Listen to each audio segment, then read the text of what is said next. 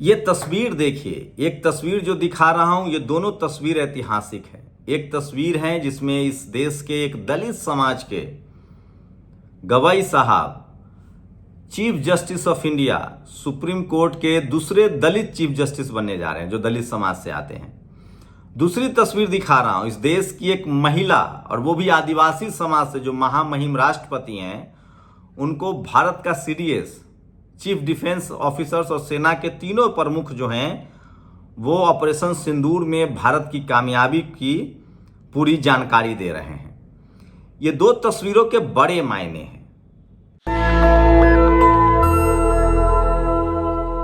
सोचिए, 1000 साल से जातिवाद से पीड़ित इस देश को, जातिवाद के शिकार इस देश को भारत के संविधान ने कैसे मजबूत कर दिया है। बस हम लोग चाहते हैं कि जिस तरह से जातिवाद धीरे धीरे बाबा साहेब के संविधान की वजह से खत्म हो रहा है, जिस देश में महिलाओं के लिए स्कूल अस्पताल के दरवाजे बंद थे, उस देश में जिस तरह से धीरे धीरे महिलाएं सेना में, आपने देखा सोफिया कुरैशी हो या व्योमिका सिंह हो, यह भी संविधान की ताकत है। जिस मनुस्मृति में महिलाओं के दमन के तरीके बताए गए थे, उस मनुस्मृति को कैसे संविधान ने फेल कर दिया है, वो आप समझ सकते हैं।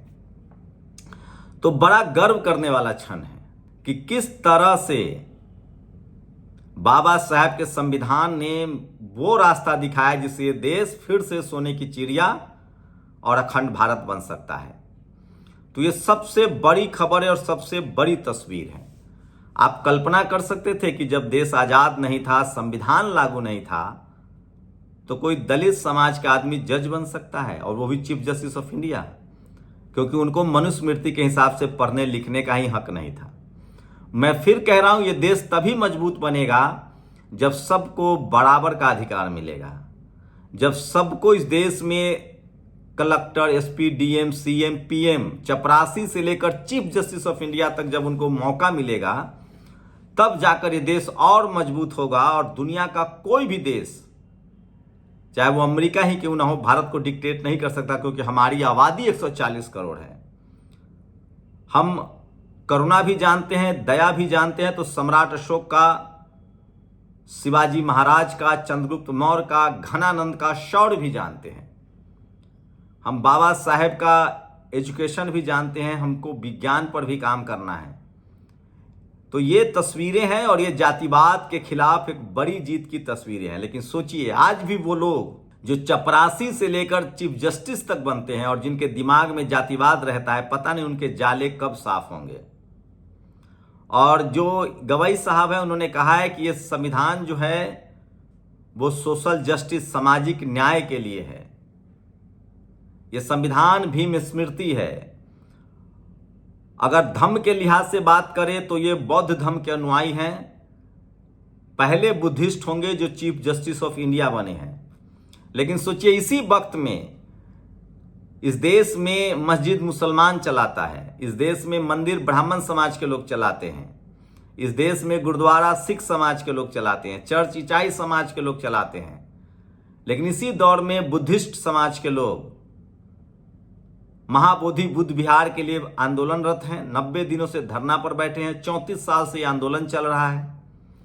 और भारत के संविधान लागू होने से पहले, 1 साल का पहले का कानून जो है, बीटी एक्ट 1949, वो लागू है। और उस कानून के हिसाब से बुद्धिस्टों के अलावा वहां गैर बुद्धिस्ट भी उस मंदिर परिसर में बैठे पड़े हैं, उस बुद्ध विहार में बैठे पड़े हैं। और इस वजह से धर्म का विकास नहीं हो रहा। तो भारत का संविधान सबको आस्था का भी अधिकार देता है। तो ये भारत के संविधान की ताकत है।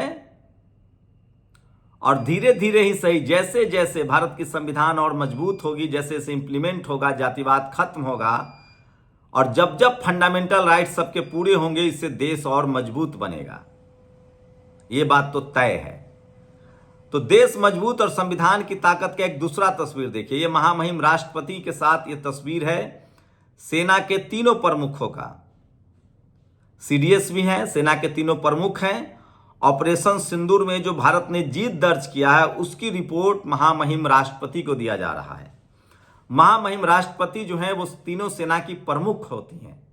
ये भी पद संविधान देता है, ये भी अधिकार संविधान ने सृजित किया है।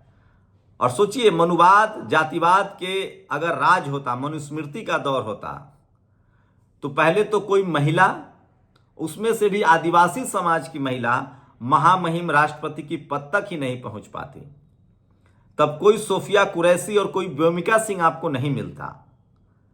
तो मैं फिर कह रहा हूं, सामाजिक रूप से भारत तरक्की कर रहा है। जरूरत है कि जिनके दिमाग में जातिवाद बैठा हुआ है, जाति के हिसाब से, धर्म के हिसाब से इस देश में भेदभाव कर रहे हैं, नफरत कर रहे हैं, और जो संविधान को पूरी तरह से लागू नहीं होने दे रहे हैं, वो इस देश की विकास में रोड़ा है, बाधा है।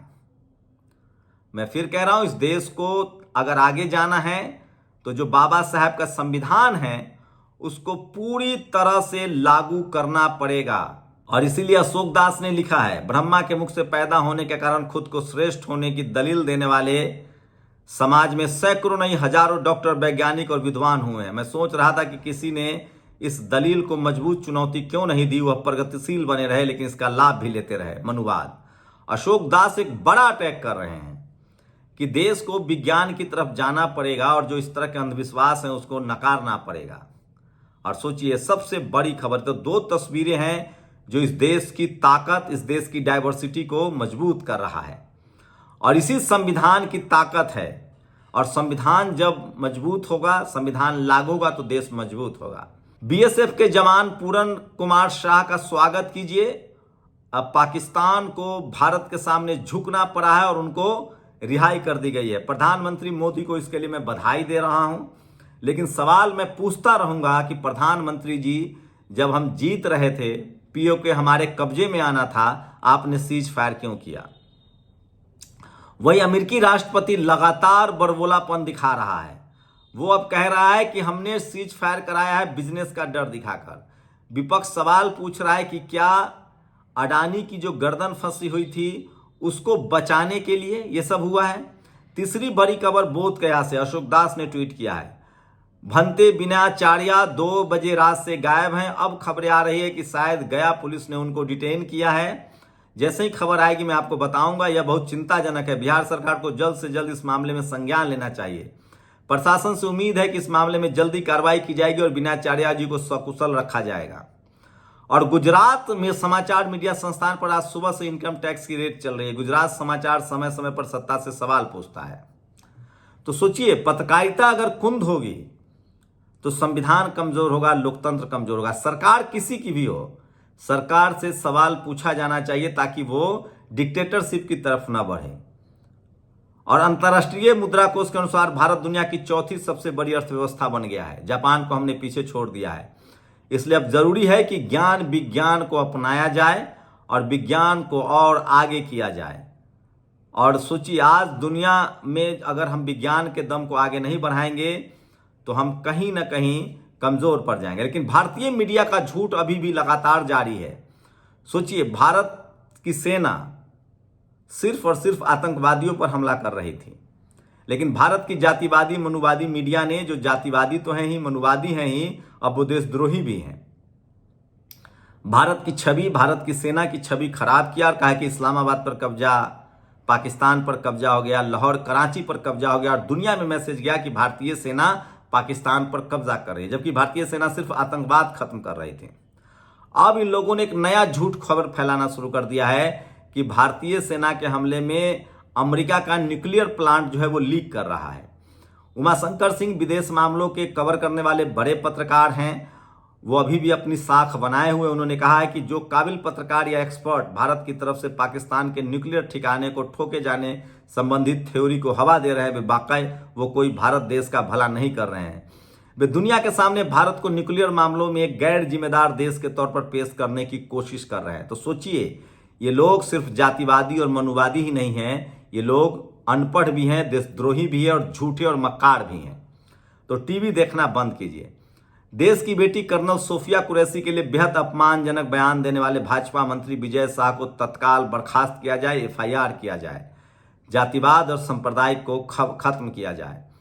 और विश्व का पहला 3 दिवसीय युद्ध जीतने के बाद अब मोदी जी तिरंगा यात्रा निकालने वाले हैं। सोचिए, मीडिया नहीं चाहता मोदी जी को शान और शौकत में कोई कमी हो, इसलिए इंडिया टुडे ने सी वोटर का सर्वे कराया है, जिसमें दिखाया गया कि 68% जनता मोदी द्वारा कार्रवाई से संतुष्ट है। विपक्ष मोदी जी को घेर नहीं पा रहा है, मोदी जी बड़े आराम से मन के मुताबिक पिच पर खेल रहे हैं। इसी बीच खबर है कि राहुल गांधी एक फिल्म देखने आ रहे हैं। सरकार जहां एजेंडा बना रही है, वहीं राहुल गांधी सामाजिक न्याय को अपना एजेंडा बना रहे हैं। तो आज की ये तमाम बड़ी खबरें थी जो सोशल मीडिया पर वायरल है। सोशल मीडिया पर यही सबसे बड़ी खबर है। बहुजन समाज के लिहाज से आज बड़ा दिन है। मैं फिर कह रहा हूं, हमें जो भी मिलेगा संविधान से मिलेगा, और संविधान अगर पूरी तरह से लागू होगा तो ये मुल्क भी मजबूत होगा। जब तक जातिवाद खत्म नहीं होगा, मनुवाद खत्म नहीं होगा, सांप्रदायिकता खत्म नहीं होगी, संविधान को इम्प्लीमेंट नहीं किया जाएगा, तब तक भारत में जो अंदर खाने की जो गड़बड़ियां हैं वो ठीक नहीं होंगी। लेकिन इन सब के बावजूद भारत का संविधान जो है भारत को एकजुट रखता है, और वैश्विक स्तर पे भारत मजबूत है। वह जरूरत है ज्ञान विज्ञान को और आगे बढ़ाने की। शुक्रिया। नेशनल दस्तक की आपसे गुजारिश है कि अगर इसको बचाना चाहते हैं तो नेशनल दस्तक को सब्सक्राइब करने के लिए रेड कलर के सब्सक्राइब बटन को दबाएं, फिर बेल आइकन की घंटी दबाएं। नेशनल दस्तक को बचाने के लिए बहुत जरूरी है कि हर खबर को शेयर करें, लाइक करें, कमेंट जरूर करें।